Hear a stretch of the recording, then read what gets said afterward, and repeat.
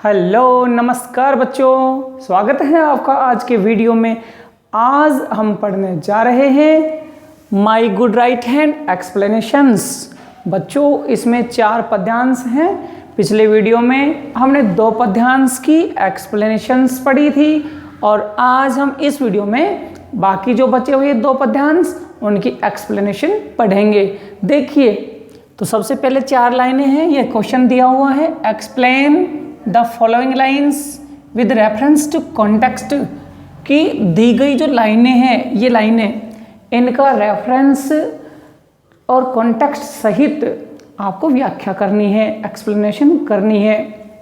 देखिए, my courage revived in my fortunes despite and my hand was as strong as my spirit was light. It raised me from sorrow, it saved me from pain, it fed me and clad me again and again।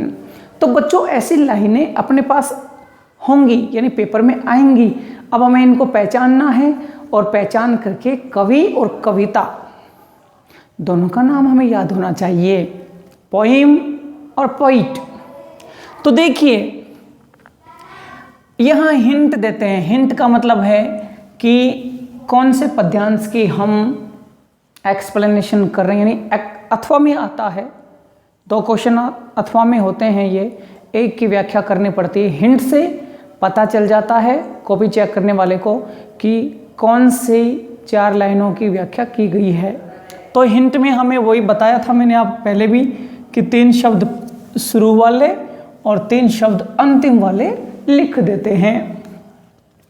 फिर reference लिखते हैं। Reference में हमें कविता और कवि दोनों का नाम याद होना चाहिए अच्छे से, और ये लिखना है, these lines have been taken from the poem my good right hand composed by Charles Mackay. कि ये लाइनें माई गुड राइट हैंड नामक कविता से ली गई हैं, जिसको कंपोज किया गया है, जिसको लिखा गया है चार्ल्स मैकी द्वारा। ठीक है। फिर कॉन्टेक्स्ट में क्या होता है, इनका सारांश लिखना होता है। तो यानी कहना क्या चाहता है, इसका भाव क्या है कि the poet wants to give a message. The poet, कवि, वांट्स चाहता है, टू गिव देना, ए मैसेज संदेश, कवि संदेश देना चाहता है। थ्रू, द्वारा, थ्रू मीन्स क्या होता है, द्वारा। दीज लाइन्स, इन लाइनों द्वारा, यानी इन लाइनों के द्वारा कवि मैसेज देना चाहता है कि our hard work gives us everything. कि हमारी जो मेहनत है, आवर हार्ड वर्क का मतलब क्या है, हमारी मेहनत। कि हमारी जो मेहनत है, गिव अस, हमें देती है एवरीथिंग, प्रत्येक चीज़ देती है। जैसे फूड देती है, क्लॉथ्स देती है, और सेव्स करती है, बचाती है अस, हमें फ्रॉम ट्रबल्स। ट्रबल्स यानी संकट से, कि जो भी संकट होते हैं उन संकट से, आने वाले संकटों से हमारी मेहनत हमें बचा लेती है। एक्सप्लेनेशन का मतलब है कि ये जो 4 लाइनें हैं, इन 4 लाइनों में सरल भाषा में समझाना, इन 4 लाइनों को सरल भाषा में प्रस्तुत करना ही एक्सप्लेनेशन है। तो क्या कह रहा है कि माई करेज रिवाइव्ड, मेरी हिम्मत आ गई, इन माई फॉर्चून्स डेस्पाइट, मेरे बुरे भाग्य के बावजूद। तो मैंने लिखा है, इन दीज लाइन्स, इन लाइनों में, द पोइट सेज दैट, कवि कहते हैं कि दाउ यद्यपि his luck was not favourable. Favourable मतलब पक्ष में नहीं था, उसके पक्ष में नहीं था। ठीक है ना, पक्ष, ठीक, कि जो भाग्य था उसका, लक यानी भाग्य, उसका जो भाग्य था उसके पक्ष में नहीं था, यानी दुर्भाग्य था उसका। फिर भी, इस कोमा का अर्थ निकलेगा फिर भी, और दो का मतलब होता है यद्यपि। दो यद्यपि his luck was not favourable, यद्यपि उसका भाग्य उसके पक्ष में नहीं था, है ना। देखा ना, ये माई फॉर्चून्स डेस्पाइट माई करेज रिवाइव्ड, फिर भी हिज करेज केम बैक, उसका जो करेज था, उसकी जो हिम्मत थी, वो वापस आ गई। किसके कारण, उसके हार्ड वर्क के कारण।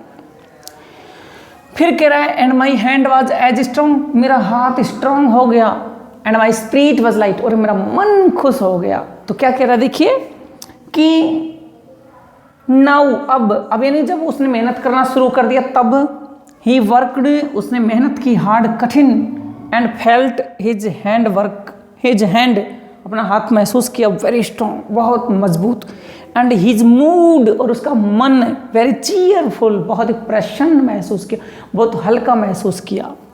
It raised me from sorrow and saved me from pain, कि his hard work lifted him, उसके हार्ड वर्क ने उसको लिफ्ट किया, फ्रॉम सोरो, दुख से उठाया, एंड पेन, कष्टों से, दुख और कष्टों से उभार दिया। It fed me and clad me, उसने खाने को दिया, पहनने को दिया, अगेन एंड अगेन, बार बार, कि इट गेव हिम, उसने उसको दिया, फूड टू ईट, भोजन तो खाने को दिया, एंड क्लॉथ टू वियर, कपड़े पहनने के लिए दिया। His hard work made his life very happy, उसके हार्ड वर्क ने उसके जीवन को वेरी हैप्पी बना दिया। तो ये इसकी एक्सप्लेनेशन है। आगे देखिए, अगला है वही बात है, explain the following lines with reference to context. The friends who had left me came back, everyone, and darkest advisors looked bright as the sun. I need them no more, as they all understand. I thank thee, I trust thee, oh my good right hand. तो यहाँ hint वही है, आप समझ गए होंगे कि 3 शब्द हमने शुरू के ले लिए हैं और 3 शब्द हमने लास्ट के ले लिए हैं। रेफरेंस, वही रेफरेंस जैसा इसका था वैसा का वैसा रेफरेंस जो कहते हुए है कि these lines have been taken from the poem my good right hand composed by Charles Mackay. मैंने यहाँ सी मैकी लिखा है, आप चार्ल्स मैकी लिखना पूरा, ठीक। कॉन्टेक्स्ट है, इन लाइनों में कहना क्या चाहता है, क्या भाव देना चाहता है कि in these lines the poet describes the effect of hard work on life, कि जीवन पर हार्ड वर्क का क्या असर पड़ा है, जीवन पर हार्ड वर्क के जो असर पड़े हैं उसका यहाँ इफ बताया गया, उसका वर्णन करता है। एक्सप्लेनेशन यानी व्याख्या क्या की है यहाँ पर, देखिए। In these lines the poet says that his hard work changed his life, कि उसके हार्ड वर्क ने उसके जीवन को बदल दिया है। ऑल हिज फ्रेंड्स, कि the friends, all his friends and relatives, और रिश्तेदार, हु हैड लेफ्ट हिम, जिसने उनको छोड़ दिया था, इन हिज पॉवर्टी, गरीबी में, अब वो केम बैक, वापस आ गए। गरीबी में छोड़ दिया था लेकिन अब अच्छे दिन आ गए हार्डवर्क की वजह से, तो वो वापस आ गए, है ना। एंड डार्केस्ट एडवाइजर, लेकिन ये मैंने तीसरे की, ये इसकी मैंने पहले लिख दी है, आप चाहो तो बाद में लिख देना।